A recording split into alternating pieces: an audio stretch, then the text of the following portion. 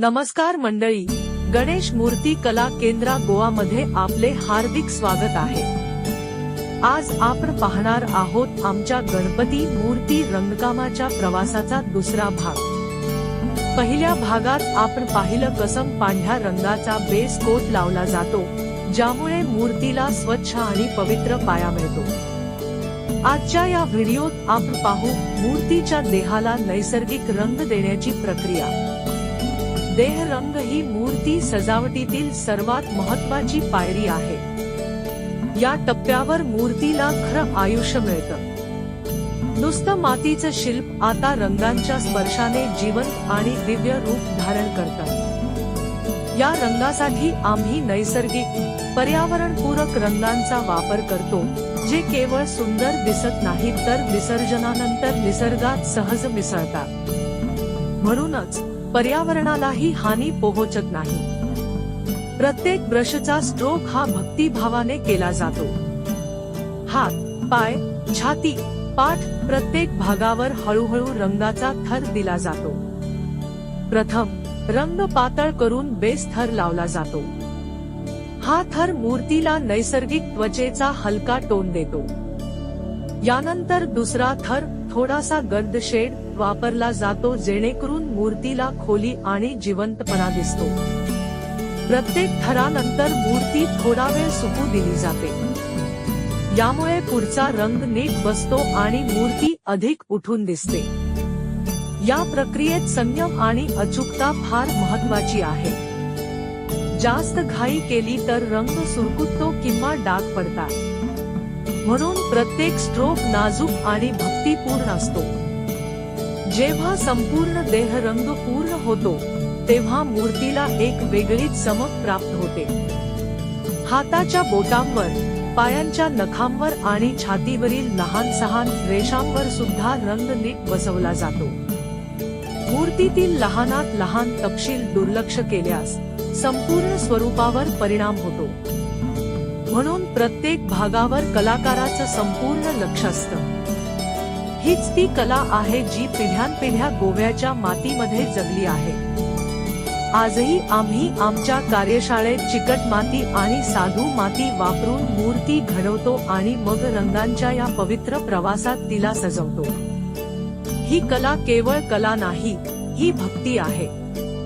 प्रत्येक रंगाचा थर हा जणू एक प्रार्थना आहे।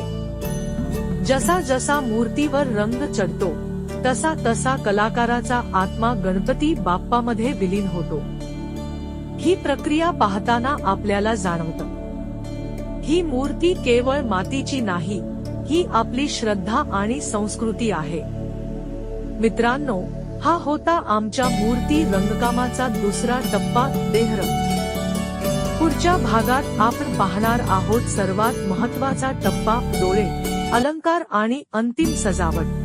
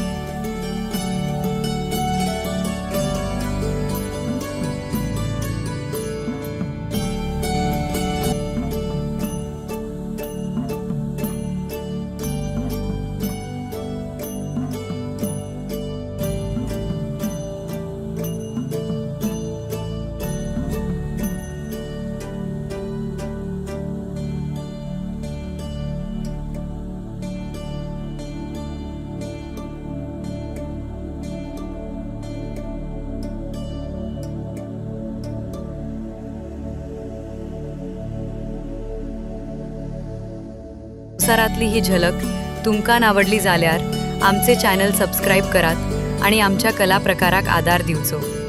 गणपती बाप्पा मोरया.